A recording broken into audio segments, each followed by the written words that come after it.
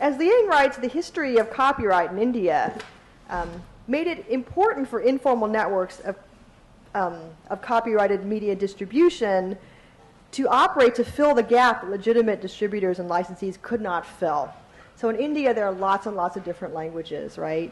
The official company that distributes media in the 70s, 1979, was HMV, and they couldn't meet the demand. It wasn't profitable for them to push out all these niche, so-called niche forms of media, music mostly, to audiences that wanted them. Therefore, tape copying businesses like T-Series filled the gap illegally by making these things and pushing them out. However, the line was a porous one, as Liang says. At times, artists contacted T-Series because they couldn't get a deal with HMV and arranged to be distributed illegally by them, kind of looking like the internet today, right? At other times, HMV approached T-Series and asked them, will you distribute X? Because we can't meet the demand, right? We can't keep up with it. You have a tape factory. Will you start distributing it and give us a little bit of it, like give us 0.25% or something like that, just so that we can kind of meet our obligations to users. So there've always been extra legal or informal peer-to-peer distribution of media in India, right? However, today this has become criminalized on the internet. So to go back to this slide here, as I said, 40 to 70% of residents in Delhi or Sao Paulo are illegal, living in illegal conditions. Again, this is what has to happen, just like T-Series had to make these copies, right? This is what people, they need to live. They need to listen to music and so on. The new Orientalism that demonizes this kind of activity criminalizes informal labor like this when it comes from the global south, yet encourages it as a sign of agency, in entrepreneurship, and in an appealingly romantic move under the sign of youth and innovation. And I'm thinking particularly of the digital native discourse, right? When the young people do this, it is not only okay, it is absolutely instrumental to our future. And I'm thinking especially of the arguments that someone like Lawrence Lessig, the other Lawrence, makes about why copyright is bad. Some of you might have read Free Culture. I teach it to undergrads because it's really easy to understand. But it has some kind of crazy arguments in it, right? Kind of axiomatic arguments, and I'll explain how. He'll say, if we look at current copyright the way it is now with music, it means that millions of our nation's children are felons. And we're a nation of felons. Therefore, the law is wrong, right? Which is, this is the axiom, right? That if American teenagers are all felons, therefore the law is wrong. But if a bunch of Chinese people are playing World of Warcraft for money, or are distributing tapes illegally, or are putting dirty pictures of themselves on the internet, the law should be honored, right? So this is what I'm kind of pushing at, is the idea that there are really different rules of law for different populations on the internet, just like there are different rules of law for different people, depending on where they are and what their standing is socially and racially. So to go back to this myth about how some people are criminals but some people are entrepreneurs, as Christian Fuchs and others have pointed out, if we are indeed working online and playing, right, playing and working and playing, adding value to the commodity that is our internet, we are fooling ourselves if we think we are entrepreneurs, since none of the capital that's created comes back to us. So we may be very pleased with our blogs and the buzz we get with our social network profile updates and so on, but we are absolutely living in a dream world, he says, if we think that we're actually not being exploited when we do that. Sergey Brin and company at Google, Tom Anderson at MySpace, the list goes on. As Fuchs says, of the top 50 Web 2.0 companies, only 2 are not privately owned. Wikipedia, and I forgot the other one, right, which says something, but I can only think of one. He argues that they ought to be collectivized if we are to have any chance of resisting this exploitation and alienation of our own labor. This is no doubt true. However, I would argue that while we are all workers online all the time, we all have different jobs.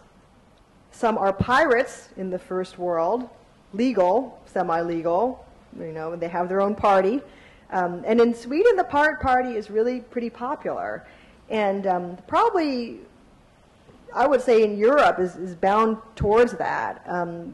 The pirate party is getting support in the European Parliament, and because of the way the Parliament works, this could mean that there's a pretty decent representation in Europe of this anti-copyright file-sharing philosophy.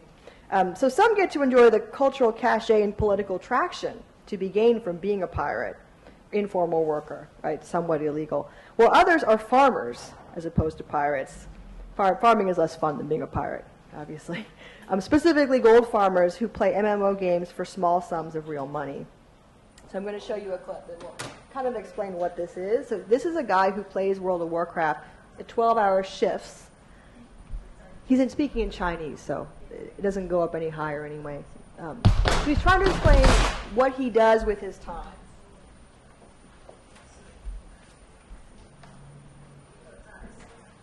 He makes about $12 a week, I think. So he plays the game and earns the money in the game, and then the property that he earns in the game is resold by a company like IGE. It used to be eBay, but now that's illegal. There are a lot of gold selling companies. Some of them are American, some of them are Chinese, and then they pay him.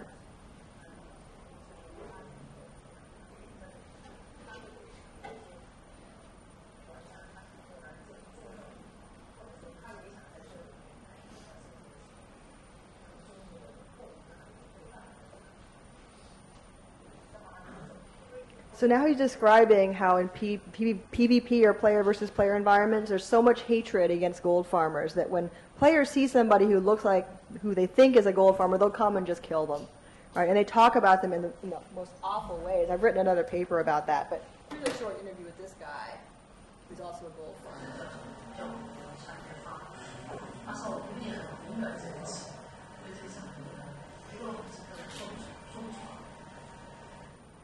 Okay, so gold farmers are treated very badly within virtual worlds. All the ones that have real money trade, so Lineage, this one, most of them do. And in other papers, I've documented the farming the farmers pogroms that people film. They go out and they kill gold farmers on purpose. There's a lot of really racist anti-Chinese media produced by mostly American users. And Chinese know that. Like, they know they're totally despised in the game because of playing it this way.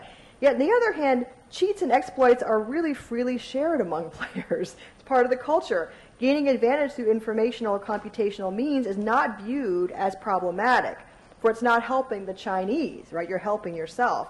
Indeed, it's not uncommon to find WoW player forum posts in which players share their favorite exploits, right? Cheats, or ways to farm, but also castigate Chinese farmers as cheaters at the same time.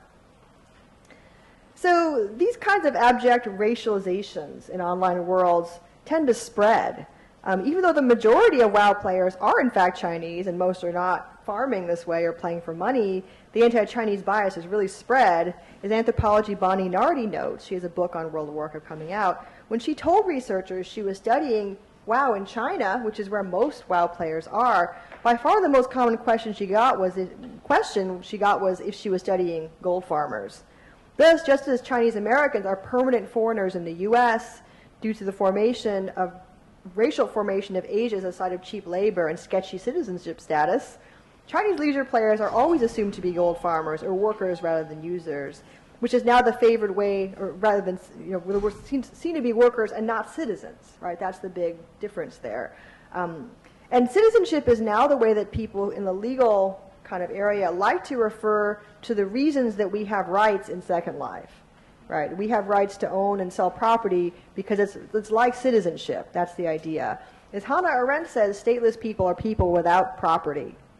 Right? That's what it means to be a refugee. Is you have no property, you have no standing. In Second Life, you can have property. In World of Warcraft, you can have property if you're not a gold farmer.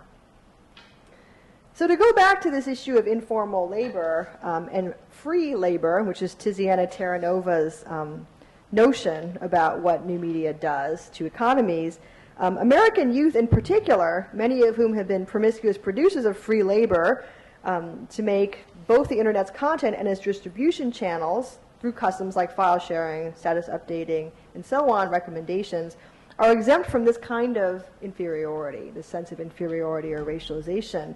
And as I said, the reason for this is axiomatic. As Leslie writes in his basic appeal that undergirds all of his arguments in favor of free culture, if copyright law were applied strictly in the digital realm, millions of American youth would be criminals, which would be absolutely not possible.